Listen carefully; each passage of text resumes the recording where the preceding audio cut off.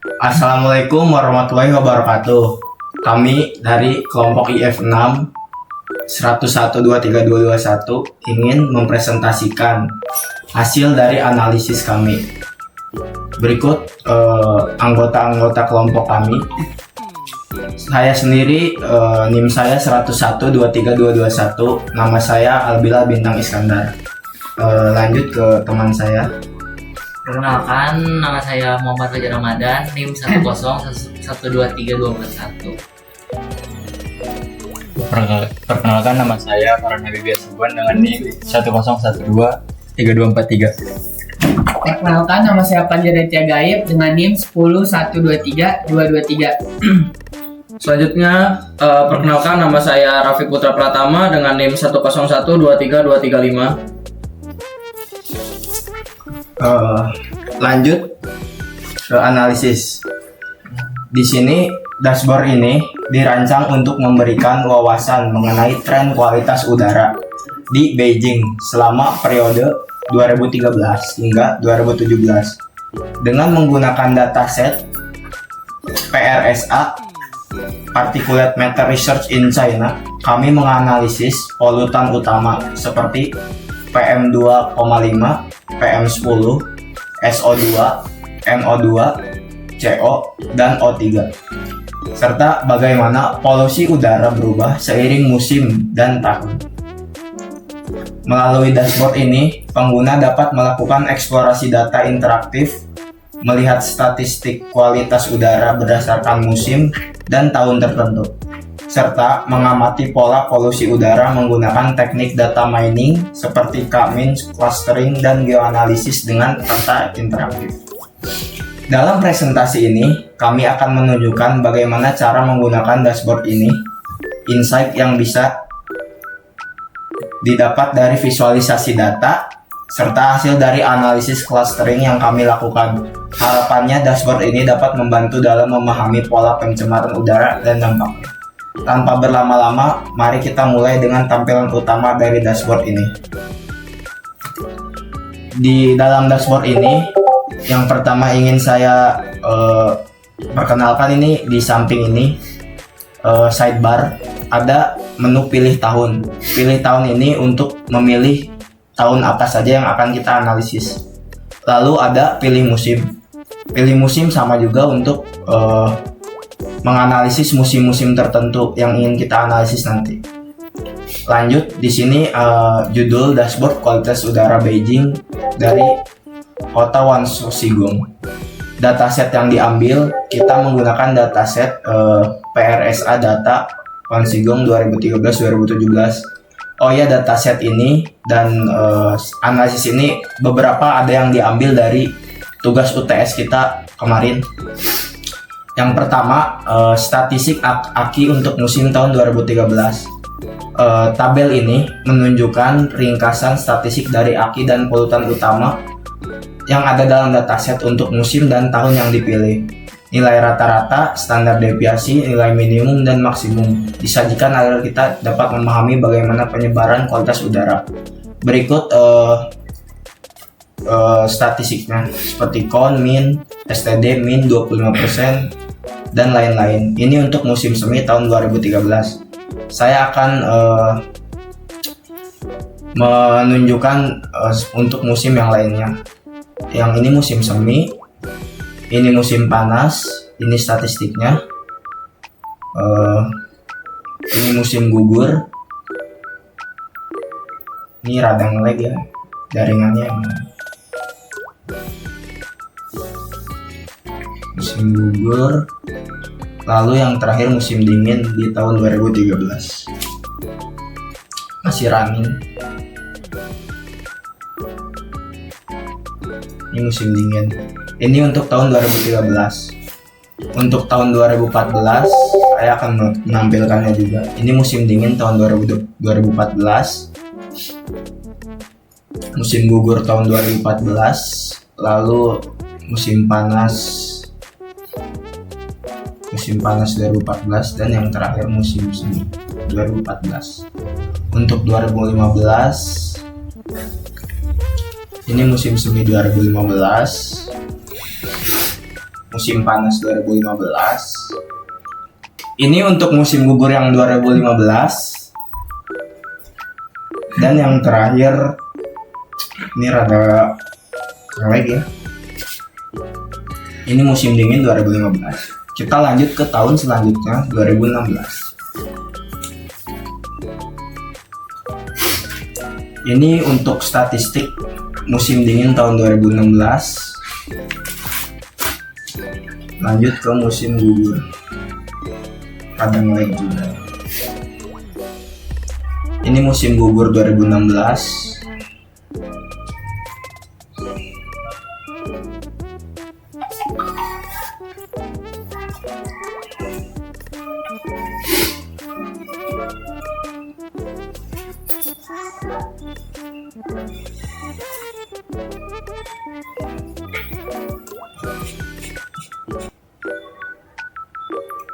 Ini musim panas 2016.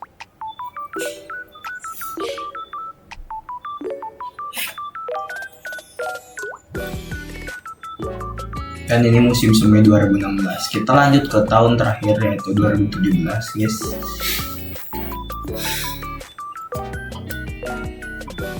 Nah, untuk yang 2017 ini yang kita analisis untuk musim semi, musim panas, musim gugur itu statistiknya itu tidak ada datanya, alias emang nggak ada datanya 2017 itu.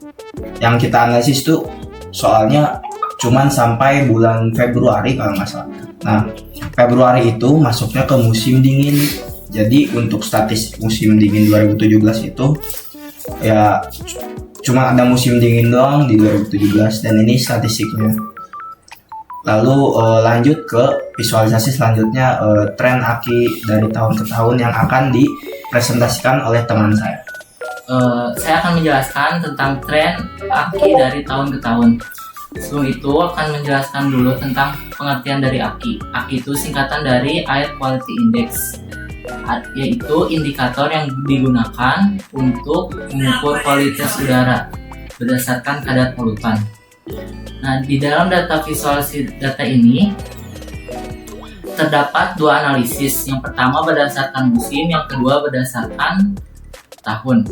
Berdasarkan musim dibagi menjadi 4, yaitu spring dengan ditandai warna biru, kemudian summer yang ditandai oleh warna orange, autumn yang diwarna hijau, kemudian winter warna merah. Setiap musim memiliki pola perubahan yang berbeda, dengan winter yang cenderung akinya tertinggi dan summer serta spring memiliki aki yang lebih rendah. Kemudian tren aki berdasarkan tahun ke tahun. 2013 sampai 2014 terjadi peningkatan aki dari beberapa musim, terutama yang winter. Kemudian menunjukkan adanya lonjakan polusi udara di tahun ini. Kemudian lanjut tahun 2014 sampai 2016, tren menunjukkan penurunan aki. Hal ini bisa mengidentifikasi adanya peningkatan kebijakan lingkungan atau faktor alami yang memperbaiki kualitas udara. Kemudian yang terakhir 2016 sampai 2017, aki kembali mengalami kenaikan terutama pada musim winter. Hal ini bisa menandakan adanya peningkatan emisi polutan kembali. Kemudian ada 4 poin yang didapatkan dari hasil data ini. Pertama, winter selalu memiliki aki tertinggi. Kemudian spring dan summer memiliki kualitas udara lebih baik dibandingkan musim sebelumnya. Kemudian ada tren penurunan kualitas udara pada 2014 sampai 2016. Dan yang terakhir, perubahan ini bisa disebabkan oleh beberapa kebijakan mulai dari lingkungan, aktivitas industri, dan faktor cuaca yang perlu dianalisis lebih lanjut. Sekian dari saya. Kita lanjut ke analisis selanjutnya. Analisis selanjutnya itu perubahan aki dalam musim dingin, dalam musim tertentu, pada tahun tertentu juga. Kita mulai dari musim semi. Analisis musim semi tahun 2013. Grafik ini menggambarkan bagaimana rata-rata aki berubah dalam satu musim tertentu sepanjang bulan. Dengan melihat pola ini, kita dapat menentukan apakah ada bulan-bulan tertentu yang memiliki kualitas udara lebih buruk atau lebih baik. Di sini di grafiknya kita lihat ada penurunan di bulan keempat, lalu di bulan selanjutnya ada kenaikan. Kita lanjut ke musim panas di tahun 2013. Untuk di musim panas 2013, di bulan ke-7 itu ada penurunan dari yang awalnya tinggi, lalu turun lagi. Lalu ke musim selanjutnya itu musim gugur. Musim gugur itu ada kenaikan, lalu turun ya. Selanjutnya itu musim dingin. Musim dingin grafiknya itu tidak ada karena emang tahun 2013 itu tidak ada musim dingin di datanya. Kita lanjut ke tahun selanjutnya. Tahun selanjutnya 2014. Kita mulai dari musim dingin. Untuk musim dingin 2014 itu ada kenaikan di bulan kedua, lalu turun sampai bulan 12 sampai di bawah 80 kualitas udaranya. Kita lanjut ke musim gugur. Untuk musim gugur ada kenaikan lalu turun sedikit di angka di bawah 110 lah. Lalu di musim panas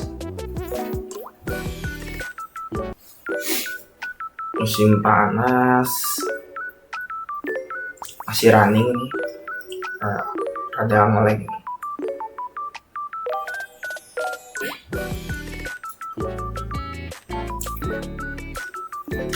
Musim panas ada kenaikan di pertengahan tahun lalu turun kualitas terakhirnya itu di sekitaran 65 lah. Lalu kita ke musim semi di 2014. Musim semi di 2014 itu yang awalnya itu dia agak cukup tinggi, lalu ada penurunan sampai kualitas udaranya itu ada di bawah 70 lah rata-ratanya. Kita lanjut ke tahun selanjutnya di tahun 2015.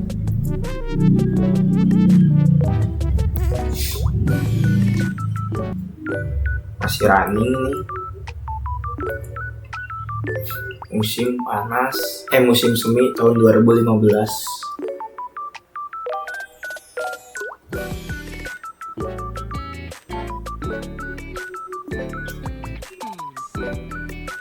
Ini grafiknya sama seperti musim yang lalu. Ada dia tinggi dulu lalu turun. Untuk musim panas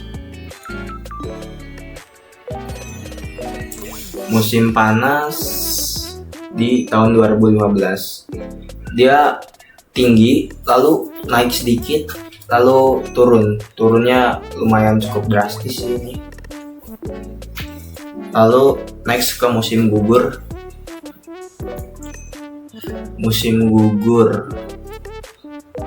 di tahun 2015.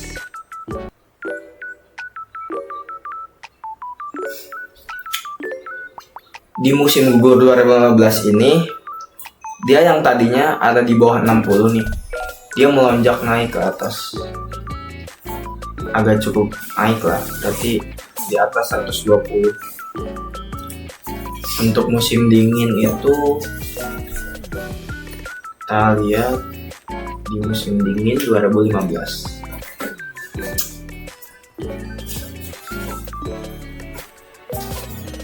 Musim dingin 2015 ya cukup lumayan naik juga, drastis naiknya. Yang tadinya di bawah 110 melonjak naik ke 160-an. Kita lanjut ke tahun selanjutnya, ke 2016. 2016 di musim dingin.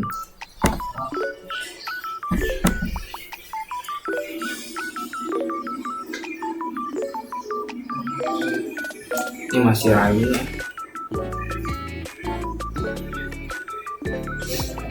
Musim dingin 2016 itu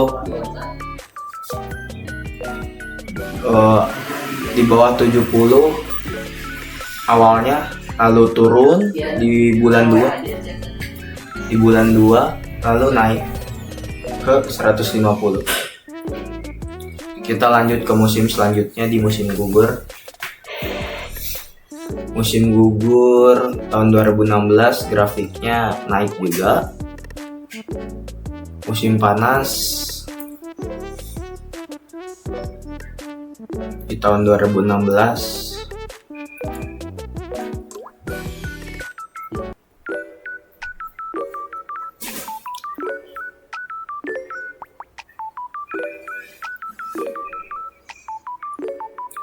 dia lumayan tengah-tengah lah, lalu di bulan ke-7 itu naik lalu turun dia. Lanjut ke musim semi.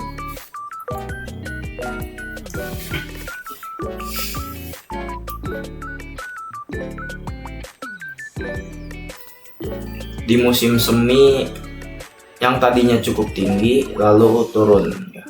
Kita lanjut ke tahun selanjutnya 2017. Di 2017 ini untuk musim semi, panas dan gugur itu tidak ada karena kita ngambil di datasetnya itu 2017 itu cuman sampai bulan Februari, dan Februari itu bertepatan dengan musim dingin. Kita bisa lihat musim semi, panas, gugur itu tidak ada karena emang tidak ada. Musim dingin itu dia grafiknya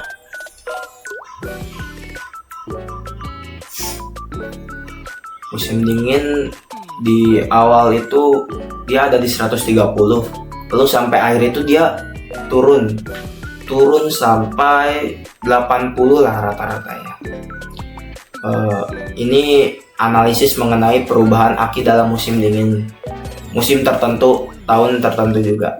Selanjutnya kita lanjut ke analisis berikutnya yang akan dipresentasikan oleh teman saya. Terima kasih. Baik, di sini saya akan mempresentasikan tentang musim dengan aki tinggi atau air quality index. Nah, di sini ada grafik batangnya.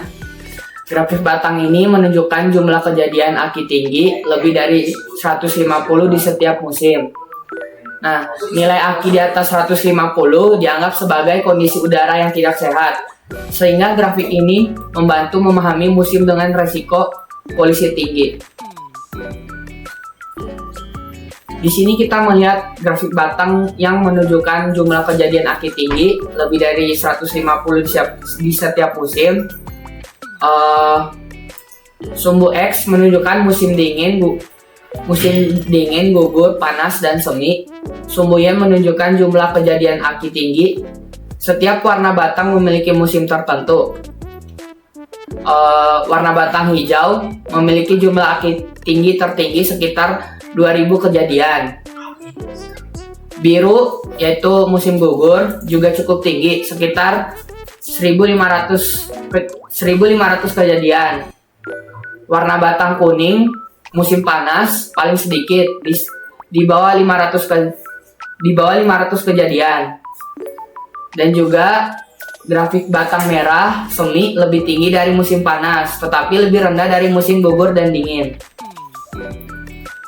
Analisis dan kesimpulannya, musim dingin memiliki aki tertinggi karena polusi udara lebih terperangkap akibat suhu dingin dan kelembapan rendah. Musim panas memiliki aki paling rendah karena angin dan suhu yang lebih tinggi membantu menyebarkan polusi. Kesimpulannya dari grafik batang ini adalah resiko polusi udara lebih besar saat musim dingin dan gugur, sehingga penting untuk menggunakan masker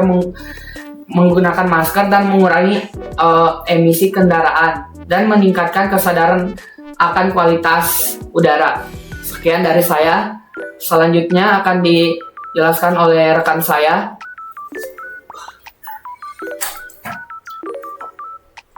Baik, di sini saya akan menjelaskan analisis data mining Cummins clustering. Sebelumnya saya akan menjelaskan apa itu teknik Cummins clustering.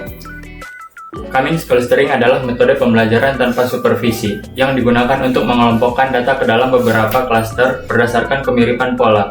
Dalam kasus ini, kita ingin melihat apakah ada pola tersembunyi dalam dataset yang dapat menunjukkan tingkat polusi udara yang berbeda. Grafik yang ditampilkan menunjukkan hasil clustering dengan 3 kelompok berbeda yang diwakili oleh 3 warna, yaitu cluster 0 warna ungu, cluster 1 warna hijau, dan cluster 2 warna kuning. Analisis hasil. Dari pola yang terlihat, cluster dengan warna tertentu cenderung berkelompok dalam rentang konsentrasi tertentu. Cluster kuning terlihat dominan di area dengan konsentrasi PM2,5 dan PM10 yang lebih rendah, yang bisa menunjukkan tingkat polusi yang lebih ringan. Cluster hijau lebih tersebar ke area dengan kadar PM2,5 dan PM10 yang lebih tinggi, menunjukkan tingkat polusi yang lebih serius.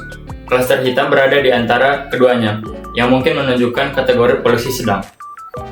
Kesimpulannya adalah, teknik Cummins clustering membantu kita mengidentifikasi pola dalam data kualitas udara tanpa perlu mengetahui label sebelumnya. Dari hasil clustering ini, kita dapat memahami distribusi polusi di suatu area dan menggunakannya untuk mendukung pengambilan keputusan, seperti kebijakan lingkungan atau langkah-langkah mitigasi polusi udara. Demikian yang dapat saya sampaikan, selanjutnya akan dilanjutkan oleh rekan saya.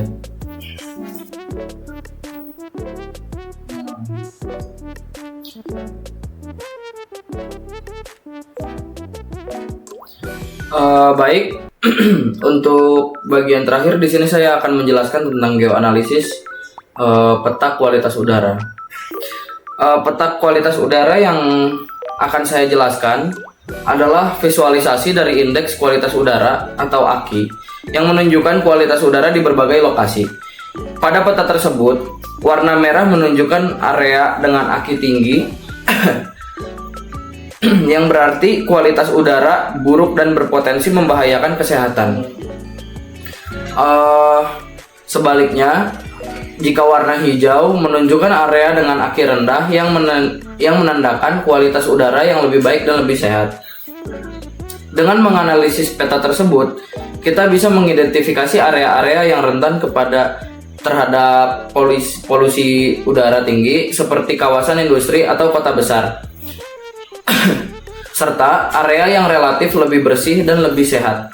AQI biasanya dihitung berdasarkan konsentrasi polutan udara seperti PM2.5 atau partikulat halus, PM10, karbon monoksida atau CO, sulfur dioksida atau SO2, ozon atau O3, dan nitrogen dioksida yang bisa disebut NO2. Peta seperti ini sangat berguna untuk perencanaan kota, kebijakan lingkungan, serta meningkatkan kesadaran masyarakat tentang pentingnya menjaga kualitas udara. Di sini, ini adalah daerah-daerah yang sudah ditandakan. Ada yang merah dan juga ada daerah yang hijau.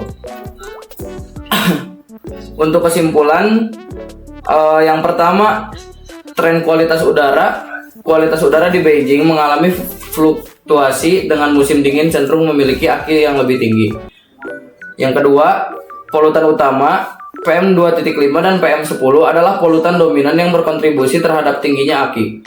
Yang ketiga, pola musiman. Beberapa bulan memiliki lonjakan AQI yang signifikan, terutama di musim dingin.